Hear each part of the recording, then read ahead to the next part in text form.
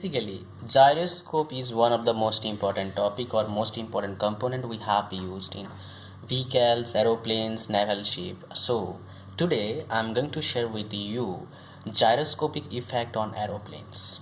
This is most important if you are you wanted to know about the turning, how aeroplane turns right and how aeroplane turns left side and how is it working, all those things on the air. So in the air. So this is important, right? So let's go for it. How it gyroscope is affecting aeroplanes, how gyroscope working in aeroplanes. Okay, so let me draw a simple diagram of aeroplane. Simple diagram of aeroplane. So suppose that this is the aeroplane, right?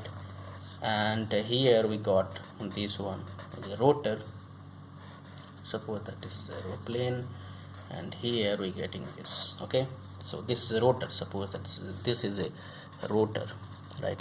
And this is a rear view of the aeroplane, and this is a front. So rotor is revolving, I must say. So basically what we can say, there is a case. Okay, suppose that case 1, suppose that this rotor is moving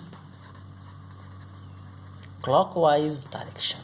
Okay, if rotor is moving clockwise direction and we are seeing from rear end, simple, we are taking a case if rotor is moving clockwise direction and we are seeing from the rear end, then what is happening over there? And there is a case, inside the case there are two cases. Now what will happen in case of left turn and what will happen in case of right turn? Alright, so basically I am going to make you understand here only. Suppose that this is the aeroplane and moving like this, xy and wx. Okay, suppose that OW, the aeroplane is moving in this direction, and suppose that it is taking left turn. Suppose this is going in this direction like this only. This is taking left turn, but means this will be like this. The turning will be like this. So the momentum vector OW will be changed to OX, and this WX is known as active gyroscopic effect. This WX.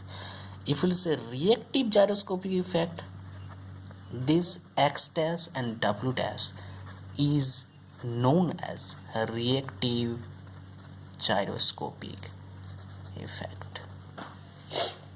So this is how gyroscopic effect, if the aeroplane will take left turn, then what will happen?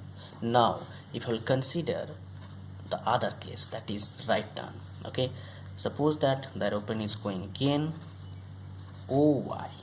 If you it like this and take right turn, then its momentum vector would be OZ. So the active gyroscopic effect for this case will be YZ, and reactive Z dash and Y dash, Z dash, Y dash. So this is the case for if the rotor is moving clockwise direction and we are seeing from the rear end. Now there is another case we must study on that also. So the case 2, suppose that this is a case 1 and this one is case 2.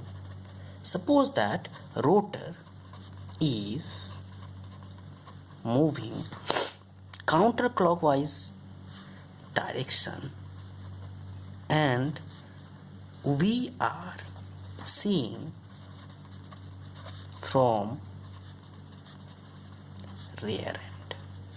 Suppose that the rotor is moving counterclockwise direction and we are seeing from right end. The first case was clockwise, this case counterclockwise. Okay, so what will happen if the rotor is moving counterclockwise direction? So let me share with you one of the simple concept that you must understand.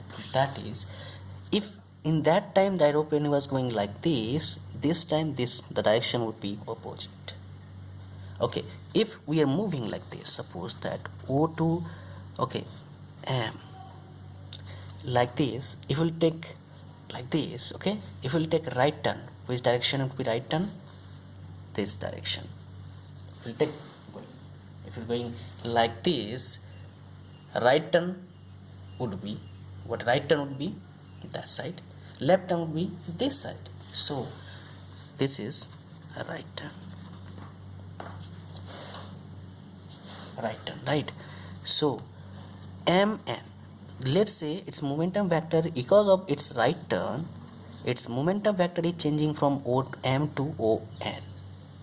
So therefore mn is active gyroscopic effect, and m dash is reactive gyroscopic effect. Okay, now another case is here also.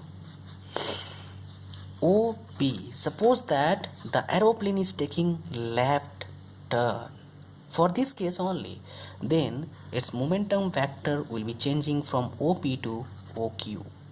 Therefore, active gyroscopic effect would be PQ and reactive Q dash P dash. So this is all about gyroscopic effect on aeroplane. I hope you understand the topic. Alright, so thanks for watching. See you soon in my next video. Bye bye.